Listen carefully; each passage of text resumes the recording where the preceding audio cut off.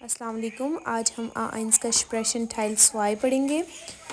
इसमें 6 कार्ड्स हैं आपके सामने और थेमा वोहन एंडी है। पहले कार्ड में लिखा हुआ है ज़ोनटाग। हम इसका इस्तेमाल कर सकते हैं, जैसे हम क्वेश्चन बनाएंगे फ्रागे हमने बनाना है ना, तो फ्रागे हम बनाते हैं ज़ोनटाग को आप कहाँ जा रहे हैं, इतवार वाले दिन आप कहाँ जा रहे हैं। फ्रुश्टुक वोहनएंडे में आप किस टाइम नाश्ता करते हैं।